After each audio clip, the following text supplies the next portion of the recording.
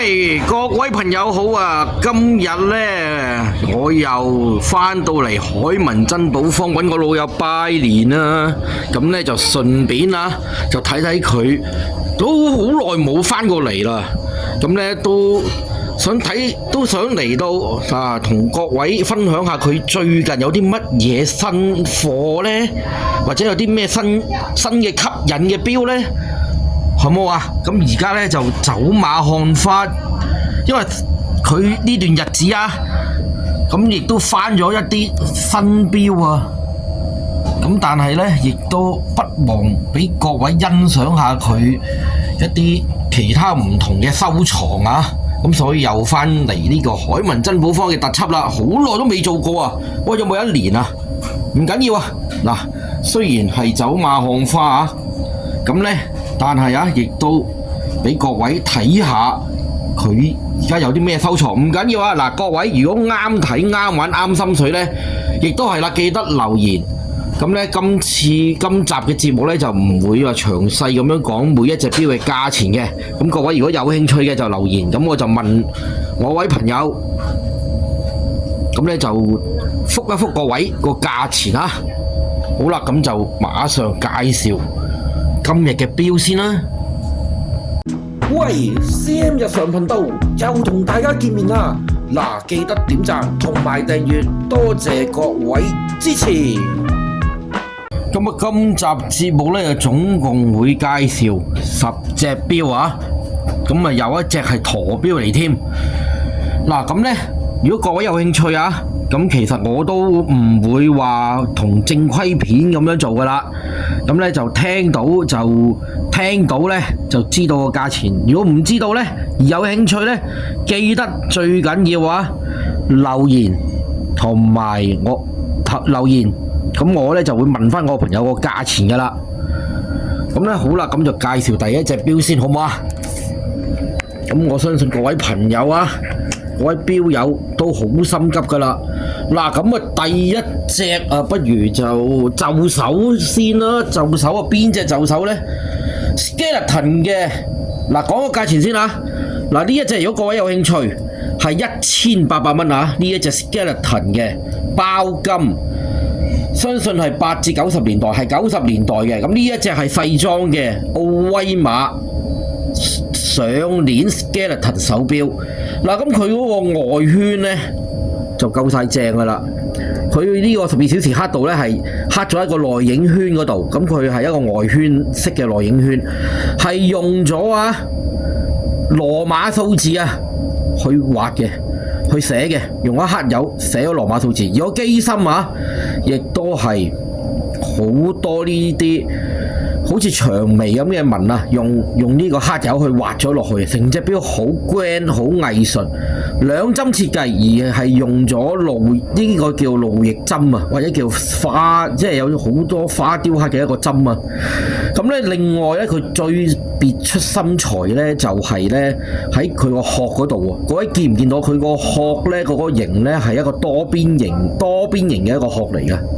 咁亦都係啦，安力士寶石的，哇！嗰個機芯呢，真係冇得頂啊！係一份瑞士機芯啊，亦都打咗喺一個輪嗰度打咗奧威馬嘅火焰嘅一個 logo 啊！咁亦都係啊，喺底嗰個機嗰度，各位見唔見到啊？亦都好清楚見到佢嗰個薔薇雕刻係用咗黑油，你淨係嗰個手工啊，呢個藝術性啊，真係不得之了啊！1800蚊係抵玩嘅。嗱，咁呢隻錶我同各位講啊，因為我就冇帶呢個卡尺嚟啊，咁呢，佢呢個 size 呢，咁我用我嗰個經驗，我用嗰個直覺呢，就覺得佢係大概34至35 mm 嘅。嗱，呢隻錶啊，係奧威馬嘅 Skeleton， 就呢隻係一隻男裝或者中裝 size 嘅，1800蚊34至35 mm 嘅一隻包金或者鍍金嘅一隻 Skeleton 手錶。跟住呢，就唔好俾佢停啦！哇！呢隻咩錶啊？呢隻係一隻幾乎9成9新嘅 Royal 啊！如果各位中意喜歡玩一啲特色上鏈錶呢，亦都唔可以錯過呢一隻。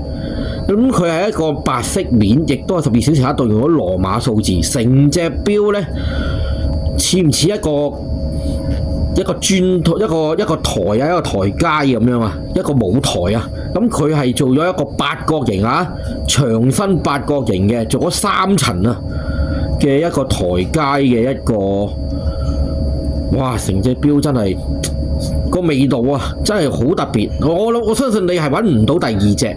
哇！個底呢，亦都係 Royal 牌子個 logo 啊。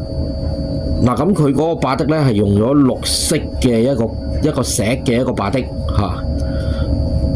咁呢隻錶呢，我就唔係好清楚係幾多錢啦。我朋友話大概 around 都係2000幾左右嘅呢隻錶。如果有興趣嘅，不妨可以問。咁呢隻係一個 Royal 嘅八角形手錶啊。咁係一隻上鏈手錶，年代咧係70年代，少有咁新淨咯，亦都好正啊！呢隻錶。咁咧跟住咧就係一隻 Omega。如果各位有興趣啊，咁係會同各位配翻條皮帶嘅。佢係一隻 Seamaster 海馬嘅一隻 Cosmo 啊，一隻 Seamaster 嘅一隻上鏈包金手錶。哇！佢呢一隻咧過癮喎，佢唔係撬底嚟嘅喎。佢雖然係上鏈錶啫喎，但係佢起面開底，亦都底嗰度亦都刻咗一隻海馬喺度，原裝嘅巴的啊。咁亦都係膠做嘅卜鏡，有呢一個放大鏡嘅。咁呢隻錶做咗啲咩 gimmick 咧？十字線海馬 Seamaster 十字線啊，咁咧行得都唔錯嘅。咁係慢推嘅日曆啊，慢推嘅日曆嚟嘅。嗱，咁始終喺人哋鋪頭啊，咁係有啲外邊嘅聲音係有嘅。嗱，咁係慢推日曆嚟嘅，佢係24跳嚟嘅呢隻，係啦，係24跳嚟嘅。咁係24跳嚟嘅，頭先已經跳咗噶啦。咁咧呢隻錶咧係鮑魚裝，around咧應該係34至35頭。咁我朋友都係話啦，如果各位有興趣，都係2000幾蚊到嘅呢隻，都係2000幾蚊嘅嚇。咁咧佢4大方位嚇，亦都做咗階磚。咁其他位置咧就係用咗黑油條，做咗十字線，海馬十字線嚇，單日曆亦都有日曆框。呢一隻錶真係冇得頂啊！佢做埋呢個薄身嘅一個鮑魚殼，真係一流啊！呢隻錶啊，薄身嘅鮑魚殼2000幾啊！如果各位有興趣嘅，我不妨留言，我會同我朋友問佢真正嘅價錢。各位中意 GP 嘅朋友啊，哇！呢一隻 GP 咧，相信都係獨一無二。嗱，呢隻咧，我朋友就講個價錢啦。有興趣嘅就大概係4800蚊。嗱，咁呢一隻錶咧，佢係玻璃頭嚟嘅，好獨特啊！呢隻係自動錶嚟㗎，呢隻係一隻自動嘅芝柏錶嚟嘅。咁咧，佢咧雙日曆，兩個方位嘅12小時刻度咧，佢係咁樣嘅。12點係 GP 個金屬章，6點同埋9點佢係用咗石字，跟住60分鐘嘅刻度佢係用咗點啊，用咗點嘅，用咗點陣去做，用咗呢個點去圍住嗰個內影位咁樣去捆翻個邊嘅。最獨特佢咧係一個鐳射金屬面，而中間咧佢係做咗個八角形，入邊係打咗花，係一個金面啊，打咗花。而芝柏個字各位記唔記到？佢係隱藏咗，其實佢係喺度嘅，隱藏咗喺呢一個似咩面啊？似唔似黑蜜瓜？蜜瓜面啊！呢個蜜瓜面，其實佢有個款號喺度嘅。咁因為佢蜜瓜面實在太過獨特啦，咁所以咧亦有 Geomatic 係嘛？即係芝柏嗰個Matic 啊，同埋Graph Perigo 嗰個名啊，亦都喺入邊嘅。哇！佢做咗呢一個好凌亂嘅一個紋喺度，真係好靚啊！亦白底黑字嘅雙日曆，4800蚊啊！呢隻錶咁咩 size 咧？原裝嘅巴的嚟嘅，咁但係有少少甩色。咁咧佢呢個玻璃面咧，佢亦都做咗啊！呢一個八角形玻璃面啊，咁亦都有呢個光頭圈。哇！呢隻錶嘅設計真係一流啊！亦都有感覺上佢係有呢個鮑魚裝嘅。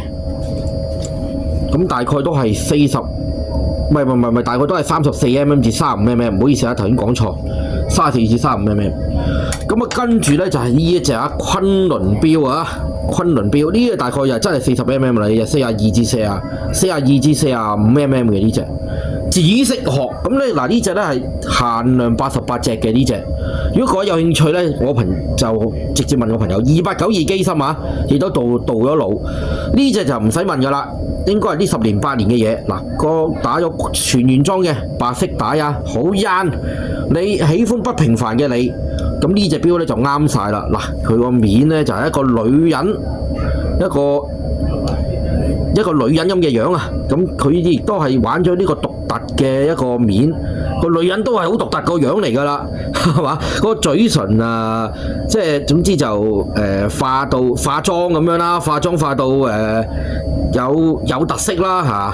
咁成隻錶都好有特色㗎啦。嗱，波錶，哇，成隻真係好動漫啊。